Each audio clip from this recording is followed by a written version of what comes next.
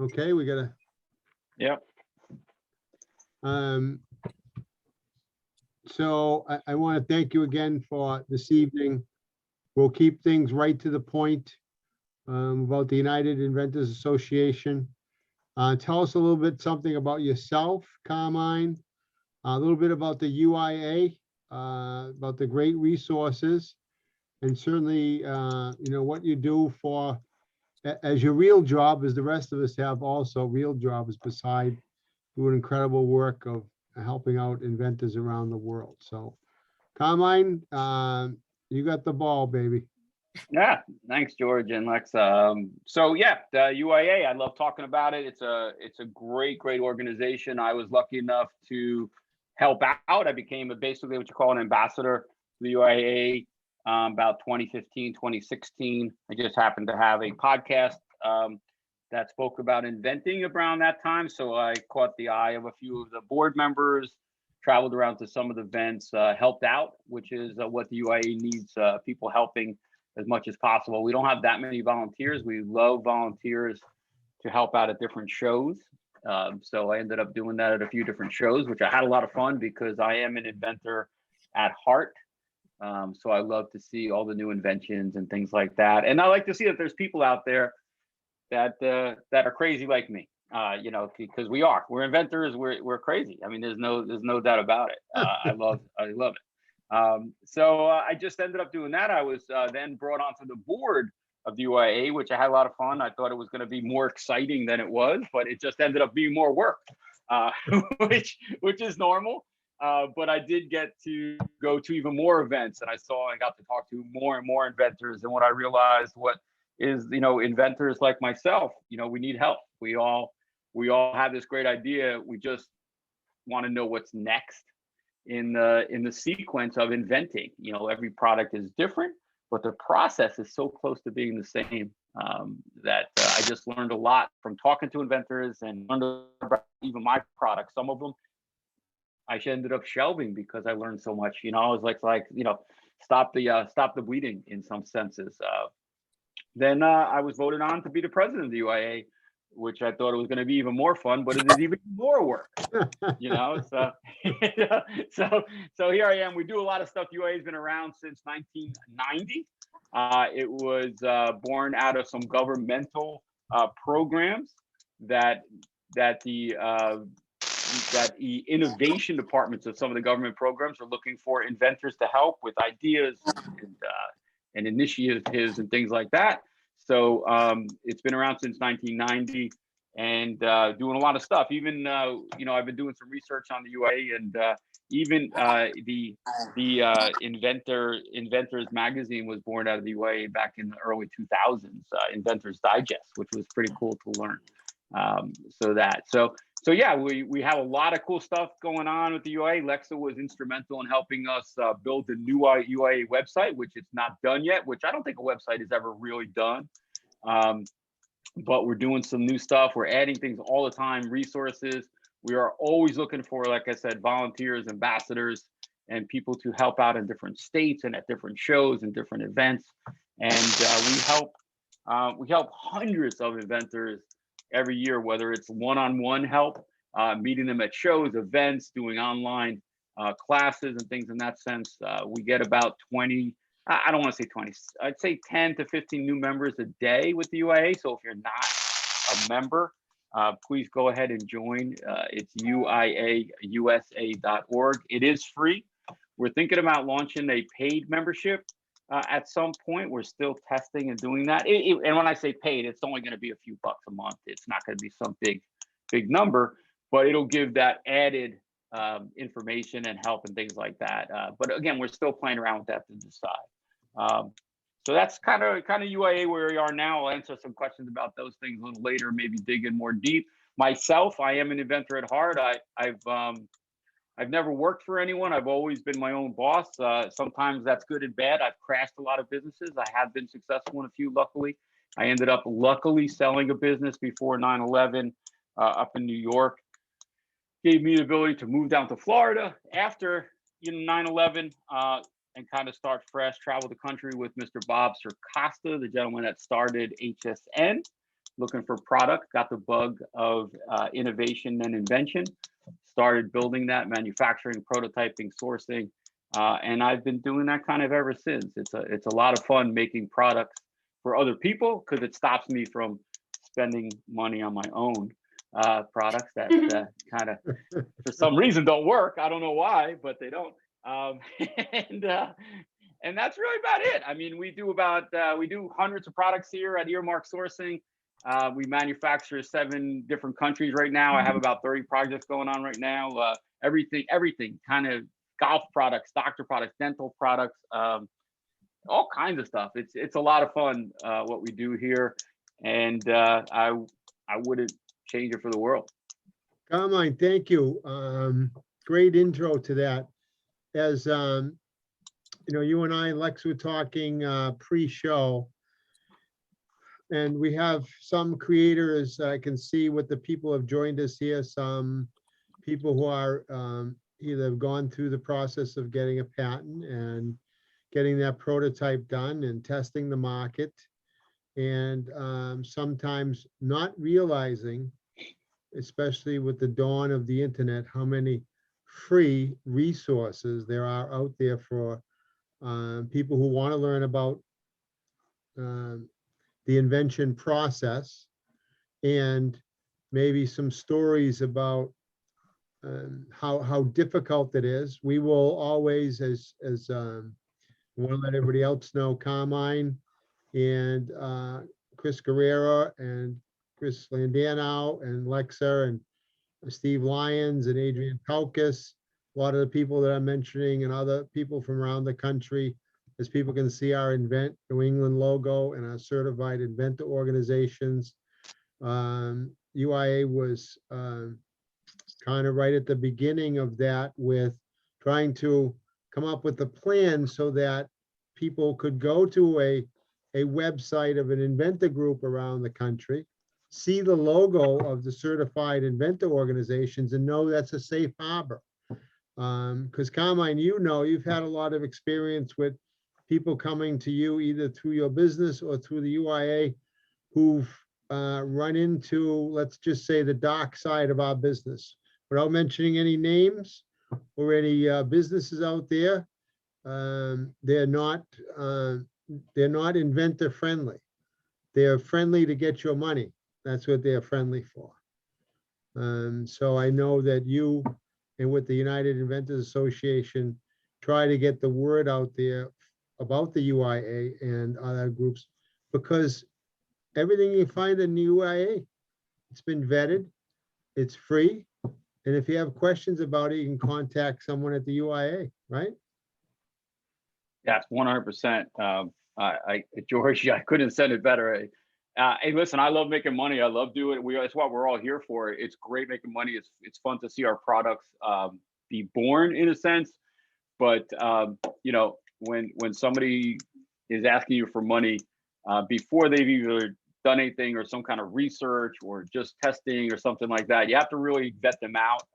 Talk to somebody, talk to people at the UAA, talk to George, like I said, talk to your neighbors, your friends, and if it sounds too good to be true, it really usually is. Hey, you know, inventing is an emotional process. We are all emotionally connected with our products. So a salesman is going to play on that emotion. So if you can't separate your emotion, bring on a partner or bring somebody in who's not emotionally connected to your product, and it'll be beneficial. I have a question for you. You gave a good sort of overview on you know who the UIA is. What do you recommend if you're very new, if you're an inventor, you're very new to the process, you've got a really good product concept, you've filed a provisional, you maybe even have a kind of a crude working prototype, but then there's so many different avenues you can go down. If you call up the UIA or if you go onto the website, I know you have a book Carmine has a book that's published called I think the Inventors Roadmap. Take us through sort of an overview on the step-by-step you would offer if you were to talk to an inventor in that position, how to kind of go from where they are there to the next step, to the next step, and sort of give them a picture of where they can go. How does that look with the UIA versus a company like the one you just talked about, that would just require a whole bunch of money up front and then maybe, essentially just sell you a bunch of kind of rote garbage that doesn't have anything to do with their product? How's the UIA different? Well, I mean, it's different because the UIA is a 501c3. It doesn't charge any money. But with that aside, we have to take ourselves and look at our product like it is a business, like it's something. You have to be able to separate the emotions. So you take your product, and we all think our product is great. I mean, let's face it. You know what I mean? And that's where we have to say where we are. And if I am doing the testing, or I'm asking my neighbor, my cousin, my grandmother, hey, do you think my product is good? They're going to say yes. They're going to say yes. So you have to really think about who you're going to ask for this advice, where you're going to do the research. I pay people when I have an idea. I pay people to find the same product. I don't ask them, hey, is this out there? Or I don't search it myself, because I don't want to find the product. So I call it blind searching. I'm not going to find it. I'm going to say there's nothing out there like this. Yeah. So when we really think about inventing, no matter where we are in the sequence, and being in a sequence of a product is so important, because it's not just money that you're spending, it's resources. It's the time you spend in your garage away from your family and your kids. It's who you're talking to. It's that favor that you called somebody at the wrong time, at the wrong place in the sequence. And now you can't call them again because they said, well, send me your prototype or send me your sample. And you're like, I don't have a sample. You're not going to get to call them again. So if you're doing things out of sequence, it's going to throw you off. But what's the sequence? So the trick, and I don't mean it in a bad way, is to really figure out that sequence and stay within it, even though our emotions are constantly pulling with, I know my product is awesome. I know everyone's going to like it. I'm going to skip doing that testing. You've already messed yourself up, because you have to test. You have to make sure that there's really a market out there for your product, and most likely there is, but is the market big enough? Does the market have the money to spend on your product? I mean, I have people or clients that have awesome products. I mean, these products are like, oh my God, that is the coolest product, but they can't get into a retailer. So I call a buyer and I go, luckily, and it's not because they know me, when I call, because of the UIA, they'll pick up the phone and I say, hey, listen, just tell me, why don't you like that product? And he says, because I have a company that has 100 SKUs in our store, that product directly impacts one. So just because they have a great product, it doesn't mean that the store doesn't like it. Sometimes you can't get into a retailer because your product is a direct, problem from a big retailer or a big company that they already have products from. So there's a lot of reasons your product might not be good for retail or might be good for HSN or QVC. So doing it in the sequence, in the right sequence, gives you the ability to pivot if you have to. But if you don't go through the sequence, you get really impatient. Sometimes you can't turn around. So to that end, is there anything like on the UIA website, or is there anything at the trade shows that you guys kind of have a presence at that would help somebody learn that sequence? Is there? Yeah, so the UIA has some documents on it. It's very tough for us to have that sequence because we don't want people to be mad at us, So, but we do help everyone at trade shows and online, and we do different shows, even virtual shows and things like that. People can email me. I'll send you my book for free. I wrote a book, but I didn't do it to make money, even though, again, I like making money. But I wrote the book because I was just so frustrated with people calling me and they did one thing and then they skipped 20 steps and they went and got a full utility patent, or they got a patent for the whole world. I had a client that got, spent over $100,000 on patents, and you couldn't even make his product the way it was patented. I said, you have all these patents, but we can't make your product that way. So, he was out of sequence. So, I kind of wrote this book as I was talking with my guys in China or Taiwan, when I was killing time. So if anyone here, wants to contact you, sign up for UIA, contact me, I'll send you the book. And it has a sequence in it. Again, I am not the biggest expert, but the sequence will make somewhat of sense. Yes, you can go and skip 1 or 2 steps if you're going to come back, but it really brings you down to earth to make sure your product, all products are good. It just makes sure that you're going through the right sequence and you're spending funds and resources when they should be spent. I'm gonna put this, I actually was trying to tee up your cool secret sequence of inventing, the podcast that's on the website. So I'm gonna put this in the chat. Just go, guys, if anybody's interested, go to, there are a number of different podcasts on the UIA website. Carmine's is one of them.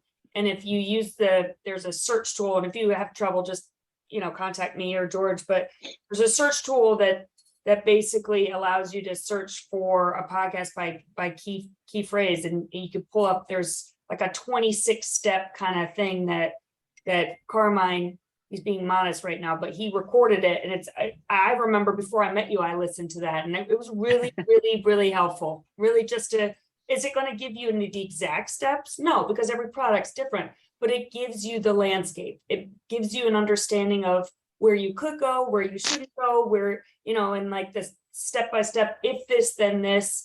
It's really worth the listen. So if anybody wants to check that out, go to that's one of the many free resources on the UIA website, and that the UIA has to offer that I think a number of other companies would probably charge for up front, but the UIA just gives it away for free. It's worth checking out. Yeah, thanks, Lex. And it's funny, I usually will record a podcast or something like that when I get frustrated, or I get a call from somebody who has spent money with a company that has no business charging and things like that. So I call that the secret sequence to inventing, and it's really one of the most popular podcast series that I did. And I actually had people mad at me because I called it secret. I mean, I was just joking around. I used the word secret because I figured it would be better in the search terms. But people were actually mad at me because I said it was secret. I'm like, oh my give me a break. That's funny. Carmine, do you think that, go ahead, Lex, I'm sorry. Yeah, quick note, I think in order to access all of them, you need to just become a member of the UIA. So it's free. So just hit that, login/join button at top, become a member, and then you can look at all the podcasts that are up there. Yeah. Carmine, I want to dig a little deeper into, when we get that first contact from someone, either us or the UIA or you directly, when someone tells you about their product, in your experience, where do you think that, beside the sequence, where do you think that most people, let's call it fail to grasp about how much work it's going to take to bring a product to market? You know how much work it takes. Lexa does. I certainly do.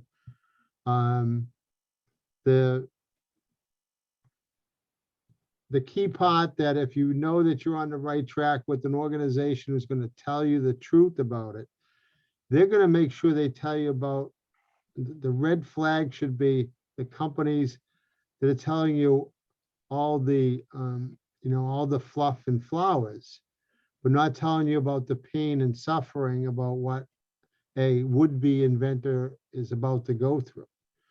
So you've been around. Is there a common denominator when people are coming to you and they say, I really have this going. I'm going to take out a lot of money to do this. And as we told you, is there some people that just go anyway? You try to tell them the best you can, and you try to tell them, look, you're going to go down a rabbit hole you're never going to come out of.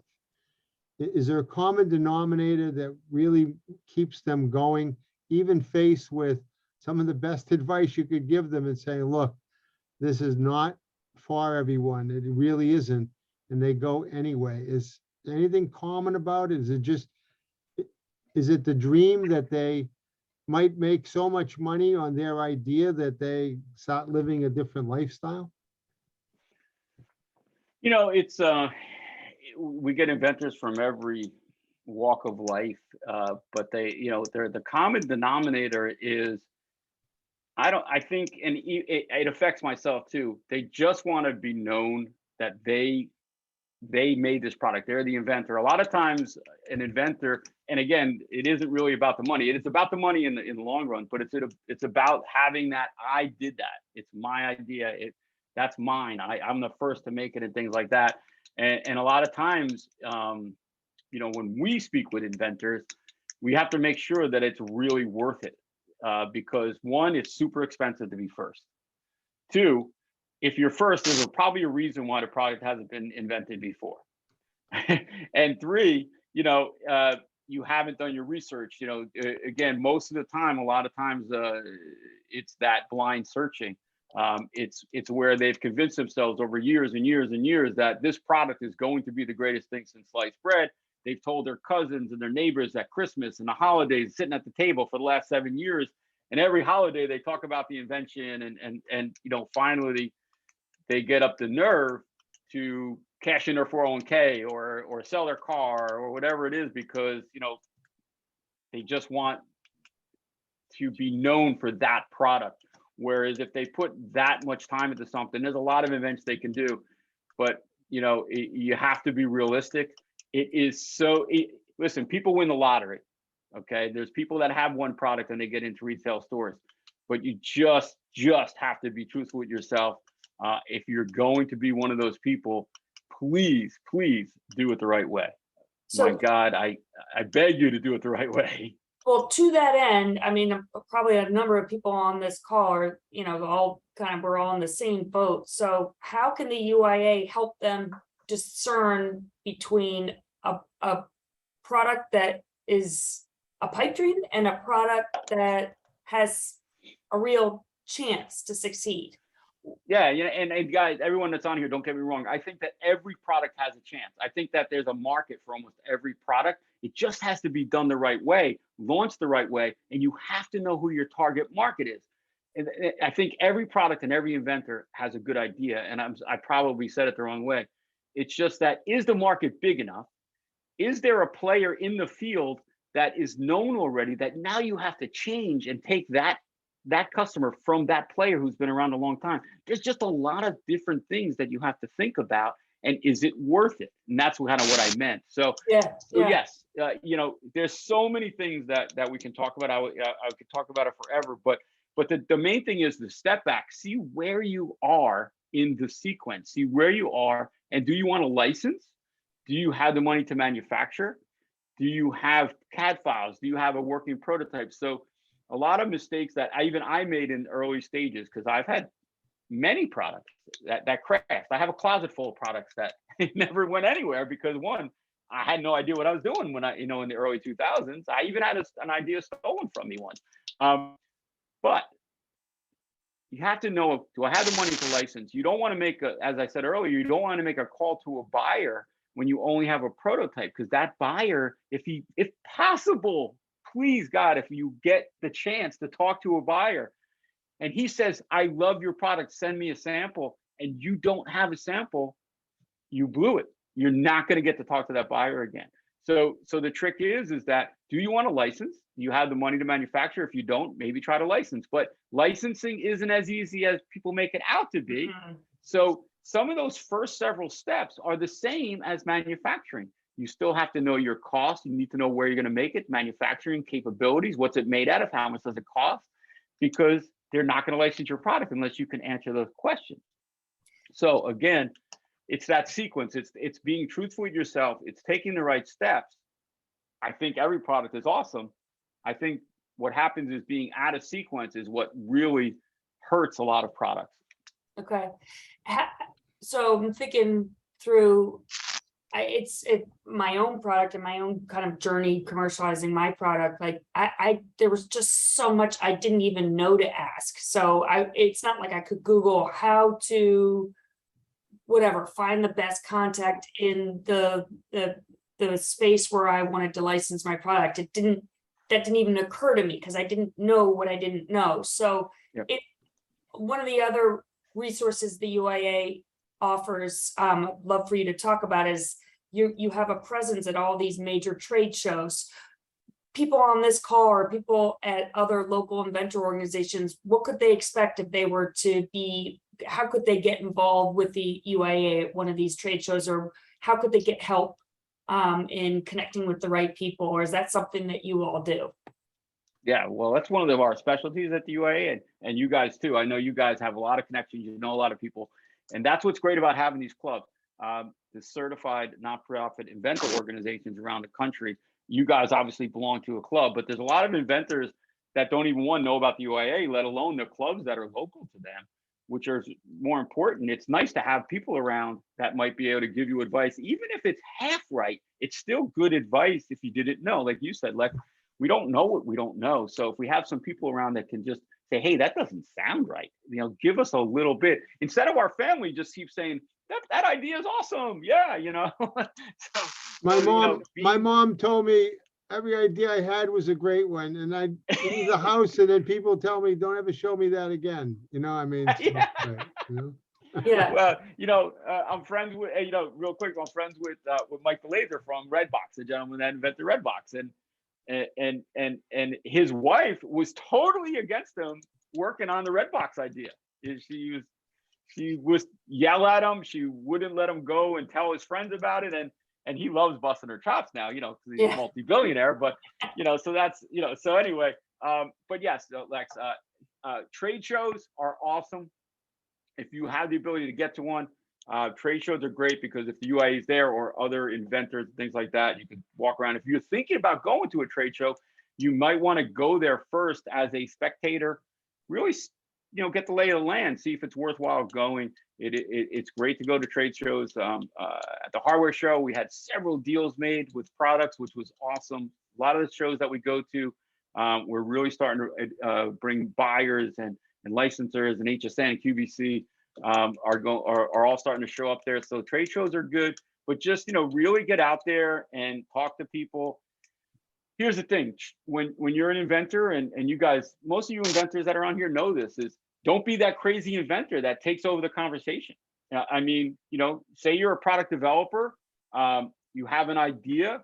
If you tell somebody about your idea and they say nothing afterwards, and it's like crickets, don't keep pushing it, because they might be thinking about it. They might walk away and then come back. But if you keep pushing it and pushing it, you'll drive them away. I can tell you that money runs from desperation. So if you sound desperate or you just want to tell them the story, don't, unless they ask you a question. And again, they test you. Let them walk away. They may come back and say, hey, I was thinking about your idea, and can you show it to me?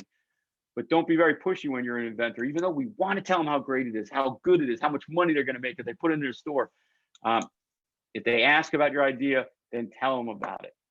I've seen, and I did it, I've done it too. So when I say mistake, I hate the word, I made those mistakes, and I've talked to buyers and they've given me those hints to tell people. So you guys have an event coming up pretty soon. Can you tell these guys about it?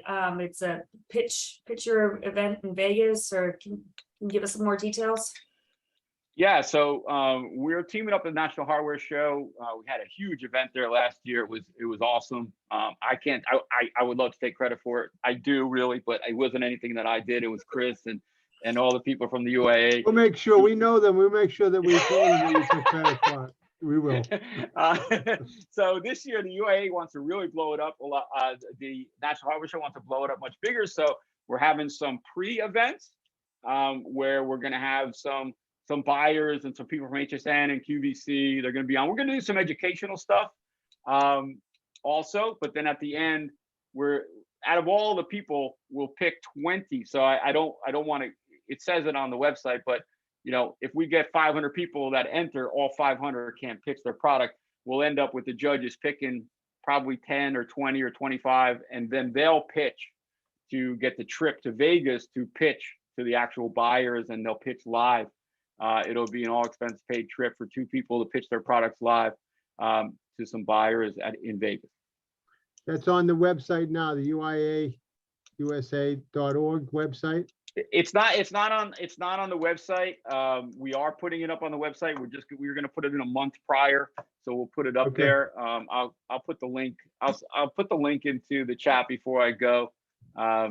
It's again, it's a sanction. It's kind of weird the way it operates. I hate it. It's a sanctioned event through the UIA, but it's not a sponsored event where like the UIA is making money or paying for it Yeah. or anything like that. Yeah, So it's one of those gray areas. There's nothing wrong with it. It's a great event because we are going to get QVC and HSN buyers and things that will be on the event, on the virtual event. So it's going to be a lot of fun. We have Alan Amron. I know he spoke here. He's going to be the keynote speaker at the virtual event. And he's a funny guy. He's got Yeah, a great story. He's entertaining. he was great. Carmine, tell me about the people that, okay, they've been fortunate enough to get that wonderful email from the patent office that they've just become an inventor. As you've probably told people, Alexis told myself, how difficult it is to get the patent is then becomes the easiest thing that they will do when they try to move their product ahead. So the art of the pitch, you've seen a lot of them, Alexa and I have seen a lot of them. How important that is that you might only get that one shot, like you said, don't push and be prepared. And how important is that for someone to keep practicing and practicing and practicing the pitch and to get it pitched to someone where they will tell them, look, maybe you better have somebody else pitch this product, because people get nervous. They might have a wonderful product and the pitch falls flat because they're nervous. They forget to mention things or anything like that. So suggestions or idea of how to practice for that maybe one shot pitch that you have. Yeah, awesome. And I got to tell you, George, you hit it right on the head. Your product lives or dies on, if you want to call it a pitch or not, on how you present your product. And again, money runs from desperation. So you have to be relaxed. You have to know what you're talking about. You have to know that your product does what it says it does. You have to know your market. And again, you could say you're not sure to a question or two, but if you don't know your market, if you don't laser focus, yeah, this is a health product. It's for men 35 to 45 want to gain muscle. That is not even as drilled in as I would want to know, but you have to know. You can't say everyone. The minute you say this product is for everyone, they know you didn't do your homework. A product isn't for everyone. Unless you're selling air or water, you know what I mean? So yeah, 100%. But the main thing about a pitch is you have to concentrate on the benefits of the product. A lot of people concentrate on the whizzes and the buttons and, but a buyer or somebody who's going to take that in the store wants to know the benefit, how it's going to benefit their customers, and how they are going to make money. The benefits are very, very important. Just because what you created solved your problem in your backyard at the time that you needed it to make that little widget thing to do something, and you say, oh, maybe this is worth something else. That nowhere means that there's a lot of other people that it's going to solve the problem for.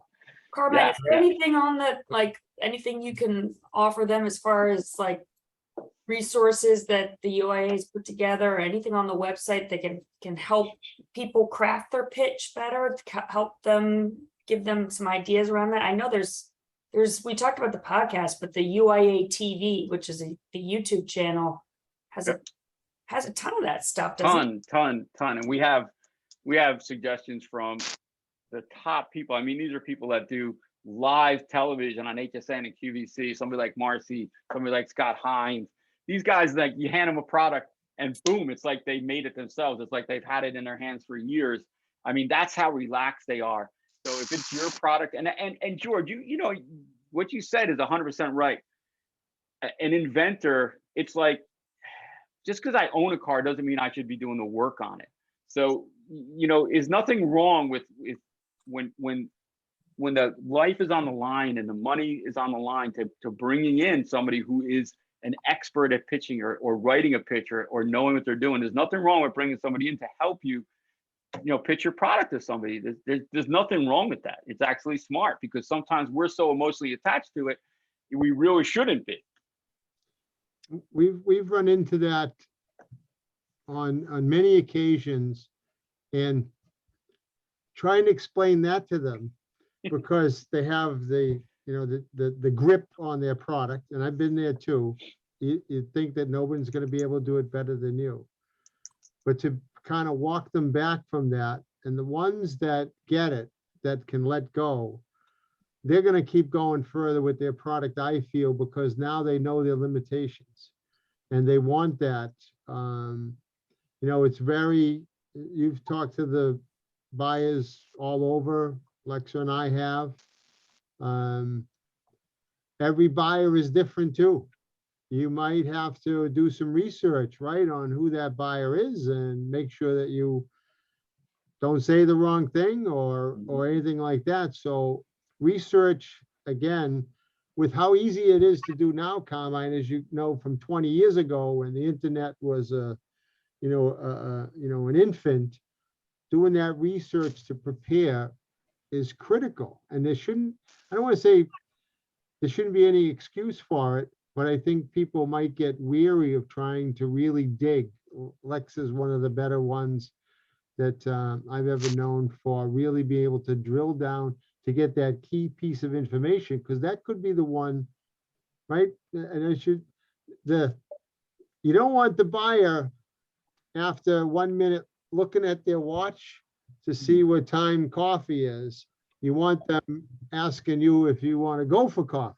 To talk about your product. So let me jump in real quick, because we're going to end a little early because Carmine has a flight to catch. So I want to make sure we get to questions. But before we do that, just want to ask you, Carmine, to take a couple minutes in telling everybody, especially those who didn't catch the beginning, how your work at Earmark Sourcing, your company, your manufacturing company, has prepared you or helped you in your role as UIA president. Like, what kinds of questions and issues and sort of projects and puzzles have you been faced with in your quote unquote day job that have helped you better advise independent inventors in your role as the UIA president?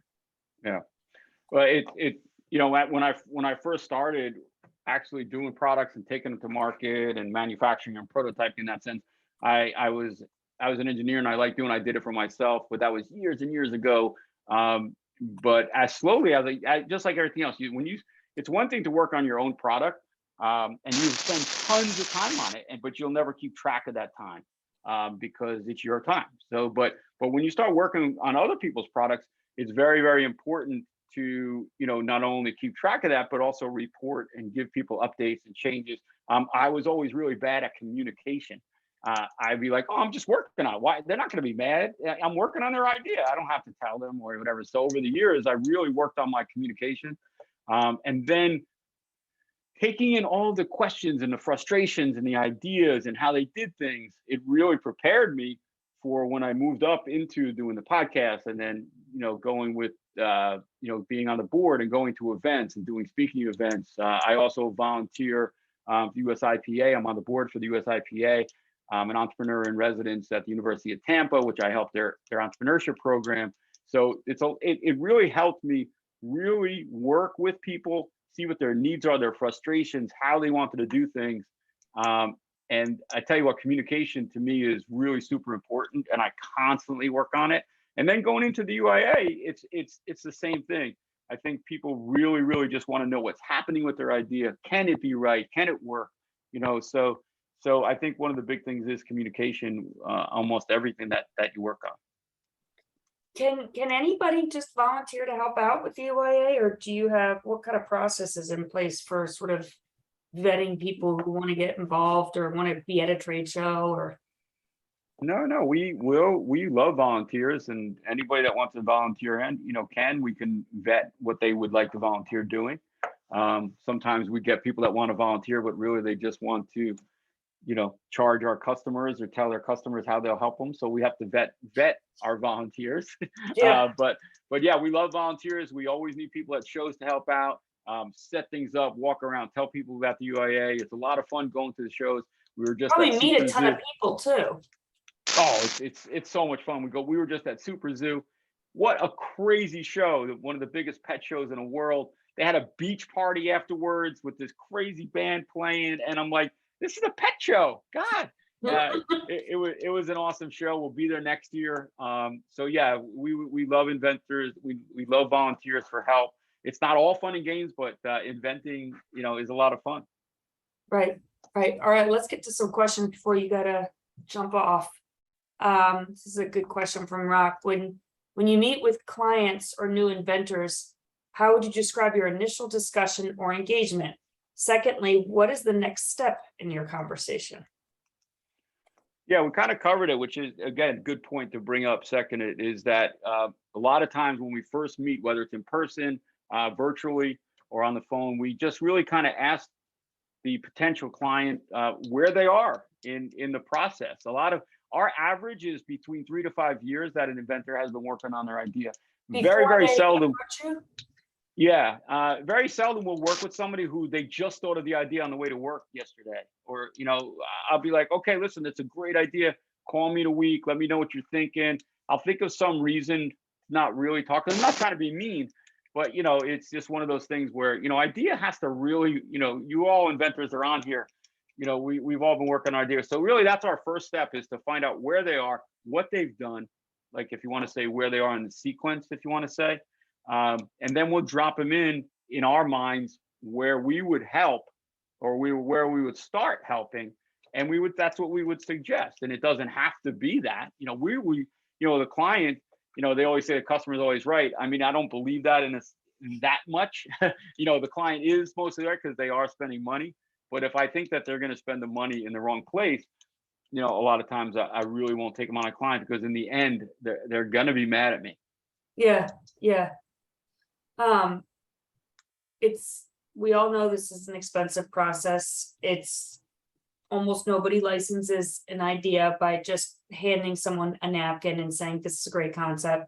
So what alternatives come to mind, or what options come to mind to obtain funding? What are your thoughts there? Yeah, this is a great time when there's a lot of alternative type funding. There's a lot out there, but again, as George and you have mentioned, we still have to do the work. We still have to be prepared to open that window, and when it opens, we have to be able to jump through. So you have to have your prototypes. You have to have maybe inventory, a small run. You have to be able to send samples. It has to be, retail ready. It depends who you're going to talk to. So maybe seed funding money might come from family and friends. I don't recommend that, but it could come from them. It could come from some crazy investor who just likes seed funding. But you still have to be prepared to deliver to that person. So there's a lot of options. Then you have, everybody thinks, I'm just going to put this up on Kickstarter, but Kickstarter has turned into the most biggest marketplace in the world. And I know people that have spent 60, 70, $80,000, $100,000 on their Kickstarter ads, just to drive traffic to their Kickstarter. Yeah, they made $1 million, but they spent 100,000. So there's a lot of ways to do it, but you have to kind of choose your path and be able to, follow through on that path. As you said, Lex, licensing is fun, but a licensee is still going to ask how many you sold, where you're making it. Is there a way for us to take over the manufacturing? Do you have intellectual property? You still have to spend money. Like I said, people win lotto, but not everyone wins. Caroline, early on, you had brought up the point, Lex and I talk about this all the time. Let's say it's not, I don't like using the pandemic as a benchmark for other things, because it was such a terrible time for the world in general. But people were home. They might have put something on the shelf. They might have said, you know what, I got some time now. I want to pursue this because I have been home. And now, even, post-pandemic, as we're coming out of the fog, you've been seeing a lot more items come your way. Right? Is it all demographics? People say, I've been working on this. I'm finally going to give it a shot now. And there's more people coming to you at the UIA and you at your business also. You find that true? Yeah, I think that it really compressed, not only during the pandemic, but then a little bit afterwards with the troubles that were starting up and this, that. but I think people just were thinking about things and got just I don't know, they just got I want to say antsy, and as soon as the light started shining, we're seeing a lot of inventors now, not only joining the UIA with new products, cool products, great ideas, and even here at Earmark, we're bringing in a lot more products. But I think it's a combination of so much. When they were talking about the inflation and things like that, it compresses again. But now we're so resilient. I mean, we were just locked up in our homes for a year or whatever. I mean, they're like, oh, I'm not going to worry about that anymore. So we kind of been running over it. But our customers and our clients and the UIA members, they're not really talking about inflation. They're talking about their products. They're talking about the excitement of inventing. Lexa, before we have a couple of more minutes, Carmine, and we really want to thank you. We want to be respectfully of time. We know, and we want to have everybody certainly, if they want, bring your cameras back on. First, check what's behind you, please, before you put your cameras on. I wrote that into my notes to remind everybody because we are recording this. So click on your cameras, check around, look behind you before you click on that, please. Although I can say that I may have seen everything, but I'm sure I haven't. So please bring on, we want to give Carmine a nice send off and thank you for his time this evening. It's very important for people who volunteer like Carmine does for the UIA and all the work that he's done, what Lexa did for the website, people that are trusted sources, okay? They're gonna tell you the bad stuff, probably much more they're gonna tell you the good stuff. And that's the big flag of, okay, I'm in the right spot now. If they're not telling you anything bad that's about to happen to you, run away as soon as you can. As Carmine said, is that so many free resources out there, starting with the UIA. The UIA is like Invent New England or the Houston Inventors Group or other groups around the country that you can find on the UIA website. Lexa did a great job with there's a map there, find the club. If you know people in other parts of the country, your friends or relatives, they're looking for someone, go to the website, go and find the map, it's right on the front, and they should be there for you at least to make first contact with. And if they can't help you, they'll try to get you back to somebody at the UIA and will find your help. Carmine. Carmine, can we put your email closing. address in the chat? Is that okay? Oh yeah, go right ahead. Your Earmark one or the UIA one, which is better? Put my work one, put my Earmark one in. It's just my UIA one gets I don't want to say flooded. We get a lot of emails in through that. So Yeah. The Earmark one should work good. And yeah, if I can help with anything you guys need or questions there, please just get in touch with me. I know George and Lex, I know you guys do the same thing, but any way that I could help, I love this stuff. It's a great industry, and I appreciate you guys on here. I think we're all making it better by not only learning and doing, but also helping other inventors. I think we are making a difference, George. I think getting the word out that there is there's a much brighter side than the dark side, that anything bad usually gets the better press. Yeah. As we know. So the good things that the organizations like the UIA and the inventor groups around the country, we don't get the great press because we just slug along, do the work, and try to help others with our experience in what's taken place. Carmine, thank you, man. If everybody wants to stay on a few more minutes, we have a couple of more things to go over that we'd like to give everybody a heads up on with a future event of ours. Yep. Carmine, Safe night, like I Carmine. said, Carmine, if you went over 1,000 people tonight, we'd send you that free gift of the basket that you can hold for anything like that. Next time. You were close. You were close, Carmine. So, Oh, man. All right, listen, guys, thank you, everyone. Thanks, okay, Carmine. thanks, Carmine. Thank Take care, you. man. Take Thank care. you. Bye, guys. Bye. All right, everyone. Thank you very much for your time tonight. October 1st, tomorrow night. We're having a special edition, if you haven't gotten the email already, a special edition of Invent New England with the inventor lady, Rita Crompton, who is going to talk about a very exciting, I don't want to give away all the details, like all of you come, new venture. She's taking over a radio program to bring on inventors to talk about their product. We're going to talk about it getting off the ground tomorrow, 7 p.m. If you haven't got the link already, it's on Invent Any website.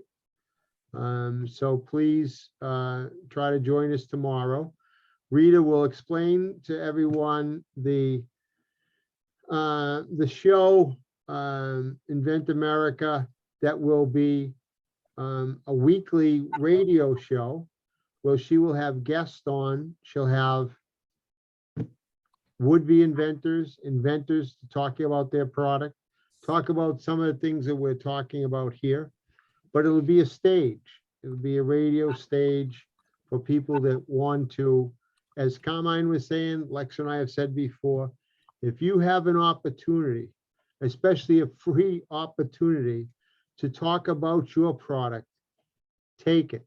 And that's why we talked about prepare all the time for that moment that might come. You never know when it might come up. Get that 2-sentence pitch about your product. When someone asks you, oh, what do you do? I'm working on a product I invented, trying to get it to market. What is it? Be prepared to give them 2 sentences on it, not a paragraph. Not a book like Moby Dick. Something enough so they say to you, boy, I'd like to learn more about this. Oh, here's my website.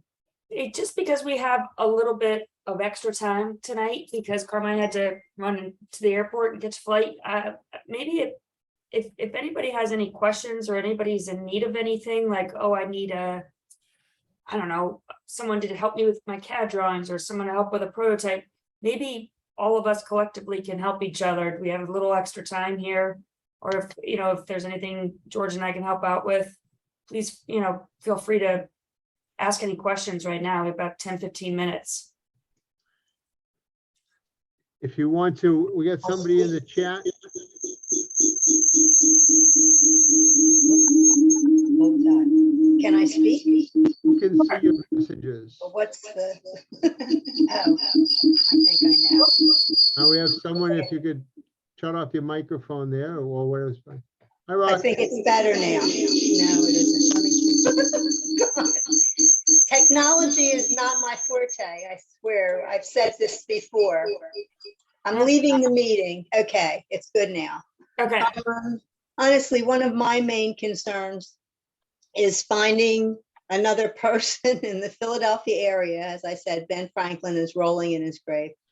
There's no support in this area. And yes, the Free Library in Center City has a USPTO outlet. I've been to USPTO, but I'm afraid to go there because of the number of murders in our city recently. The guns, it's terrible. And I'm willing to give up my idea, my everything to somebody else to do it. It is not my baby. It's my idea.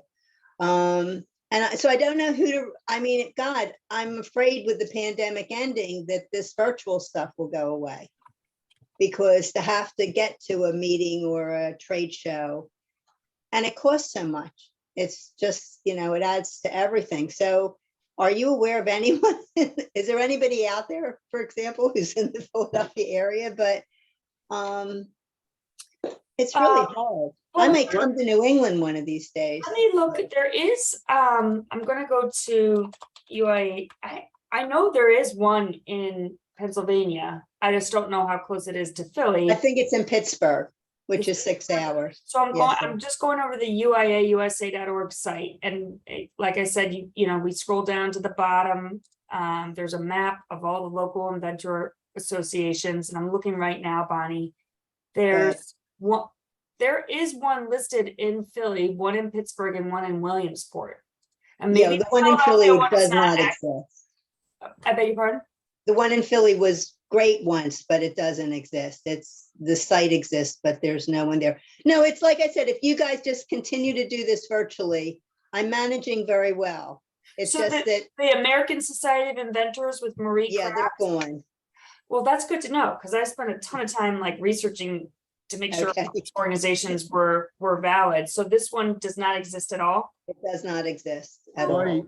Bonnie, you don't have to, there are other ones around the country that you can attend virtually. Well, the Kentucky Inventors, this is wonderful.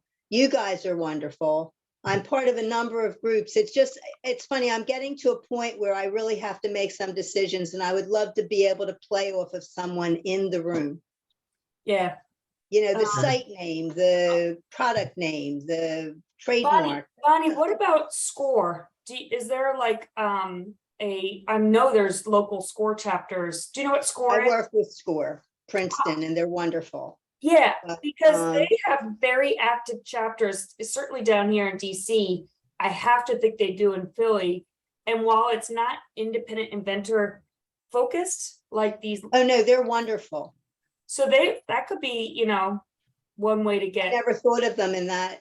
That's a great idea. Thank you. Yeah, so on that, so go to the, like I said, go to that map that on UIAUSA.org, scroll all the way to the bottom, there's a map, and on that map is not just your local independent inventor association, but also I put on there when I was doing that, when I was developing that, your local pro bono office and your local SCORE office. So Okay. and I'm on that site right now.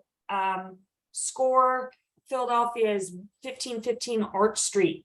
Yeah, Again, well, no, I work with the Princeton office, and they're wonderful. So Okay, that's Princeton, okay. New Jersey, because I can go, not too far, and they've been wonderful. So I perfect. just never thought of them toward trademarking and the rest of it. Yeah, no, they're very robust, that organization. And even if there isn't something locally, I've done a lot of online events with SCORE recently, I've started to want to learn a little bit more about federal contracting and that kind of stuff. And they have some like pretty, they're like heavy hitters who Yeah. host these events. They have a ton of wisdom and they share it freely. I mean, sometimes there's like a $10 kind of registration fee or something like that, but it's pretty nominal. Yeah, no, they're great. Thank you. As I said, it's Sure. there's a lot to know in this business. Yeah. We're gonna keep, Everything you learn, then you need to know something else. Yeah. with Invent New England, we're gonna try to keep a virtual and a in-person meeting like we did in May. That was very successful. We have another one coming up beside Rita's tomorrow, which I really urge everybody, because that could become an entire another leg for us independent inventors to get at least some time to talk about our product, tell what we are looking for, and you never know who's listening to that. Can I ask another question? No, you can only have one a night, Okay. Bonnie. That's it. No, I'm kidding. No. Well, no, Carmine spoke of this pitch contest that they're doing, and I do have the information. I did put it on Facebook for people. But when this kind of contest, when someone wins, it's not just simply the product, but I would also imagine it's the product that would sell the best in a pitch contest, or am I incorrect in that? It's the most viable product. Well, It absolutely is. It It's is, not okay. viable. So just because you have like a really cool idea or really Doesn't mean- great concept doesn't mean it's manufacturable, A, B, that there's a market for it, and C, that you can sell it at a price point where you can make a profit. So Right. all that stuff is going to factor into that. But Bonnie, Okay. unless the presenter gets that point across, the pitch is lost. Right. I've seen best products die on the vine because they left out key parts of the pitch. So it has to do, I want to say, with the person too, who's pitching the product, because Right. that's so important, is the delivery. The delivery of, did you cover all the key points? Did you keep the person engaged?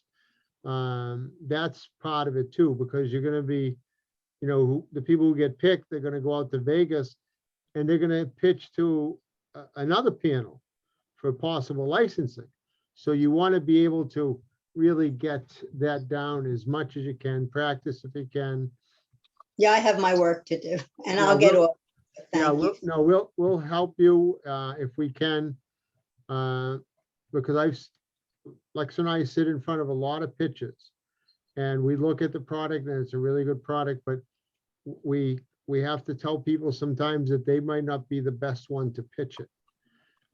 Because they just, you know, something happens, they get really excited and they forget. Where they get they- anxious. It's Yeah, they get important. anxious, right? It's kind of like stage fright. Yeah, we- exactly. Been Right. there, done that. Yeah. Right.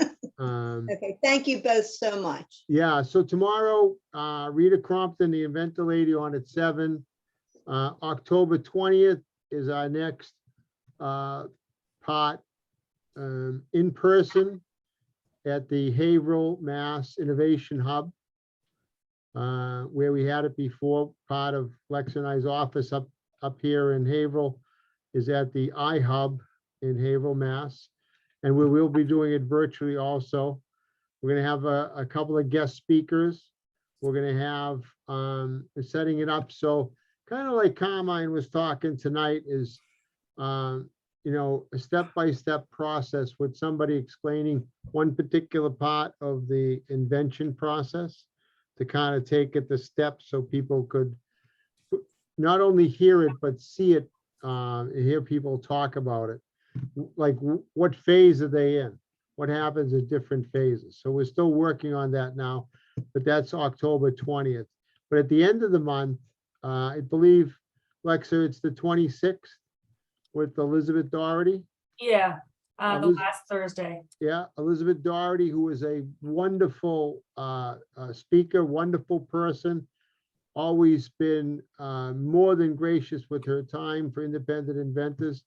Elizabeth is the director of the, well, let's say I say Northeast or the Eastern region for United States Patent and Trade Office.